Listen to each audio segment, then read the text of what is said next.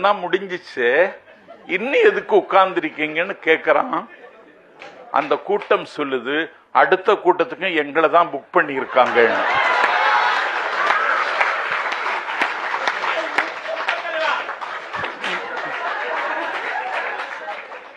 கோட்டீஸ்வரர் சொன்னார், லேட்டா வர்றது பிரச்சாரம்னா லேட்டா தான் வருவாங்க. இரவு 10 மணிக்கு அருப்புக்கோட்டை தொகுதியில் 1989 என்னுடைய வாலிப வயதில் நான் கனவுகள் காணுகிற கால்சட்டை பருவத்தில் இரவு 10 மணிக்கு என்னுடைய கையில் ஒலிபெருக்கி தந்தார்கள். கலைஞர் அடுத்த நாள் காலை 7:30 மணிக்கு வந்தார்.